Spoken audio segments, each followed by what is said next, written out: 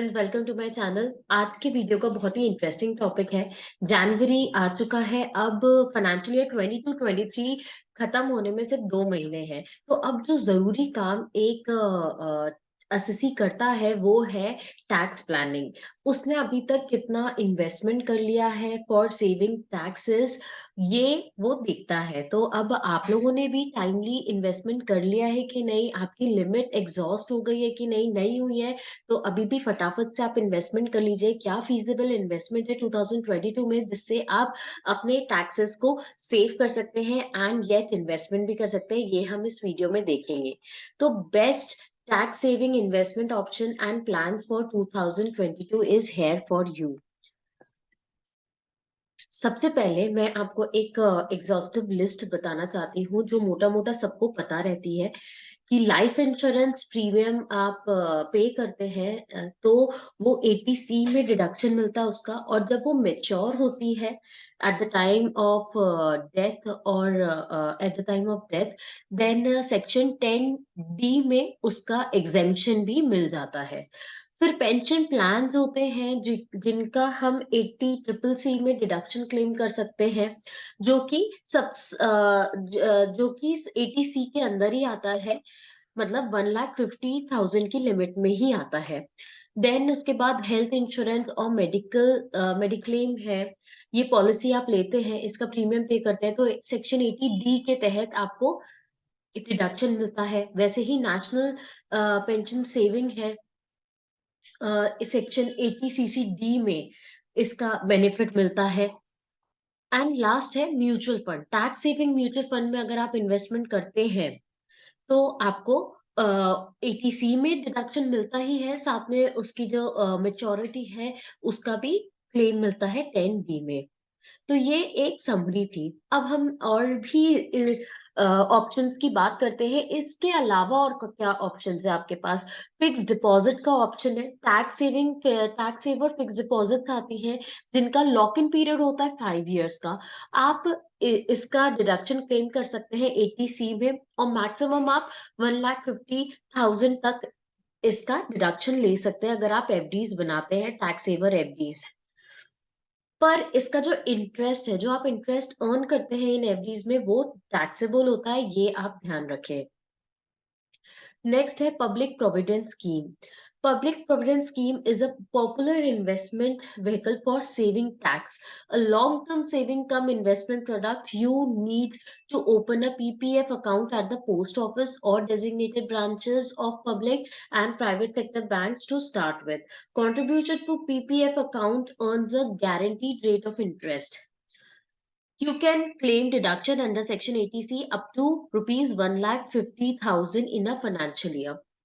PPF में आप deposit करेंगे तो उसका डिडक्शन भी आपको मिलेगा 80C में। इसका जो इंटरेस्ट है ये एग्जेम्प्ट होता है, तो आप इसमें इंटरेस्ट जो अर्न करते हैं वो टैक्सेबल नहीं होता है। और ये बहुत ही एक अच्छा लॉन्ग टर्म सेविंग कम इन्वेस्टमेंट प्रोडक्ट है। नेक्स्ट है unit linked insurance plan. Unit linked insurance plans are long-term investment product that allows you to choose equity funds, debt funds, or both. ULIPs give you the flexibility to switch between the funds in synchronous with your financial goals. ULIP में जब हम invest करते हैं तो उसमें क्या variety of funds होते हैं, इक्विटी फंड्स होते हैं, डेट फंड्स होते हैं। तो इसके कारण इसमें फ्लेक्सिबल रहता है। आपके जो फाइनेंशियल गोल्स है, whether it is very risky and more return based, और less risky less return based, तो इसके हिसाब से डिजाइन होती है। तो by investing in ULIP you can save taxes under section 80C and 1010D of income tax act, क्योंकि इसकी जो मेच्योरिटी है उसके भी एग्जेम्पशन आपको मिलता है 1010D में। Next है National Saving Certificates. NSCs are a saving bond scheme which encourages primarily small to mid-income investor to invest while saving on income tax under Section 80C. ये NSCs आपके पोस्ट ऑफिस या banks, इनसे आप खरीद सकते हैं, और ये ई मोड में होती है। तो ये भी एक अच्छा ऑप्शन है NSCs लेने का। इसका भी इंटरेस्ट जो होता है वो टैक्सेबल होता है। नेक्स्ट है सीनियर सिटीजन सेविंग स्कीम्स। ये जो स्कीम्स है गवर्नमेंट स्पॉन्सर्ड है और ये उन इंडिविजुअल्स के लिए है जिनकी एज 60 इयर्स एंड अबव है। उनको एक security and steady source of income provide की जाती है पोस्ट रिटायरमेंट फेज।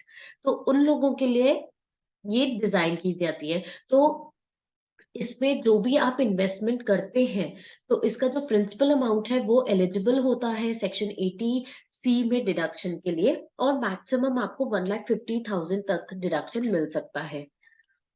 पर इसमें भी जो इंटरेस्ट रिसीव होता है वो टैक्सेबल है। नेक्स्ट है लाइफ इंश्योरेंस। लाइफ इंश्योरेंस कोई इंडिविजुअल लेता है अपने लिए, फैमिली के लिए, तो उसका जो प्रीमियम है वो अलाउड होता है as deduction under 80C। Life insurance plays an important role in individual's financial portfolio, offering security to the individual family in case of an eventuality. This makes it the breadwinner's primary responsibility to take life insurance at the earliest for the family security. अगर आप ही family में only bread earner है तो आपको life insurance लेना बहुत जरूरी है। Life insurance be the traditional और market linked ULIP offers tax benefit to policy holder on the premium paid. Life insurance term plan भी हो सकता है या यूलिप लिंक्ड हो सकता है कि एक पीरियड बाद आपको मेच्योरिटी मिल जाए, या मनी बैक प्लान हो सकते हैं। ये सभी कवर होते हैं हमारे 80C में। These there are various life insurance plan plans like regardless of its nature. Life insurance plans offer tax benefit to policy holder. Premium paid towards life insurance are covered under section 80C of income tax act up to maximum of rupees 1,50,000. Proceeds on death or maturity are tax free under section 1010D.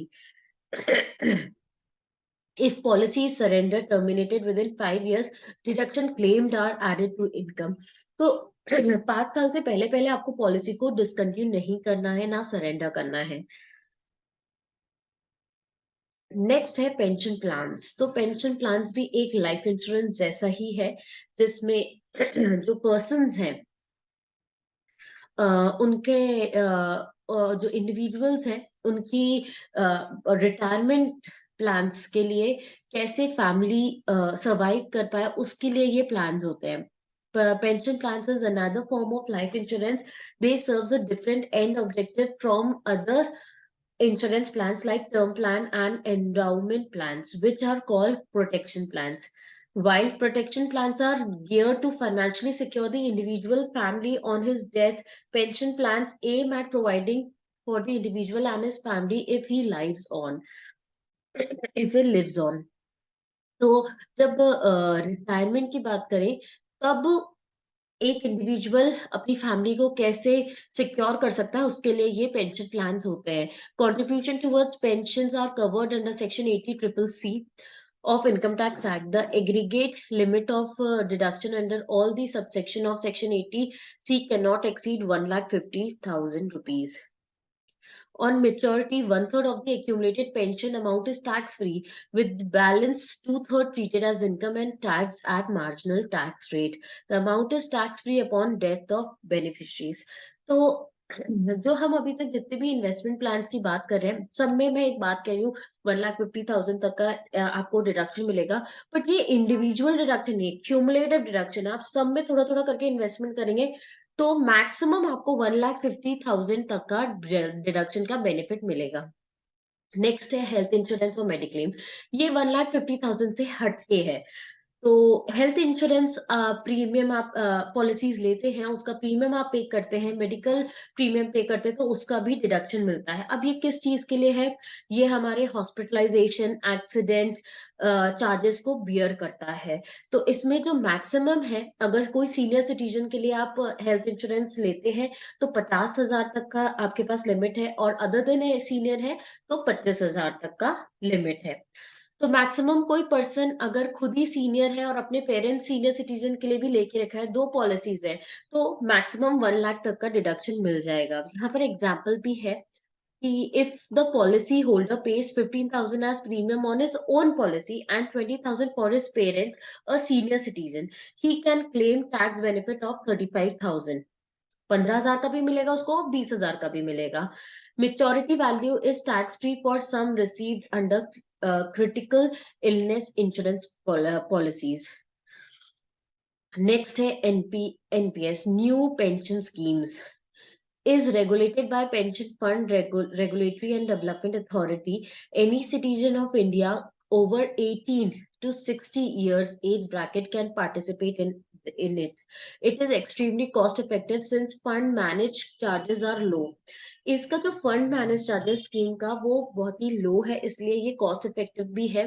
The fund managers manage the money in 3 separate accounts having distinct asset profiles: equity, corporate bonds, government securities. Investor can choose to manage their portfolio activity or actively or passively. तो variety होती है investments में, तो इसलिए ये भी एक अच्छा ऑप्शन है इन्वेस्टमेंट का। Contribution made to NPS are covered under section 80 CCD of Income Tax Act. The aggregate limit of deduction under this section along with section 80C 80CCC cannot exceed 1.5 lakhs. Given the range of option, NPS is particularly useful for individuals with varying risk appetite looking to set aside money towards retirement. तो ये retirement के लिए, और अगर आप risk appetite उठाने के लिए हैं, then this is the best option. Last है tax saving mutual funds. आप म्यूचुअल फंड्स में भी इन्वेस्टमेंट कर सकते हैं, ये भी एडीसी में कवर होते हैं, बट याद रहे आप टैक्स सेविंग म्यूचुअल फंड्स में कर रहे हैं, तभी इसका बेनिफिट मिलता है, और इसकी मेच्योरिटी में भी आपको टैक्स फ्री बेनिफिट्स मिलते हैं। तो these are the best investments for 2022। अगर आपने अभी तक नहीं किया है या फिर आप शॉर्ट पड़ रहे हैं 1.5 lakhs में, तो please consider these option and do tax planning effectively. Thank you.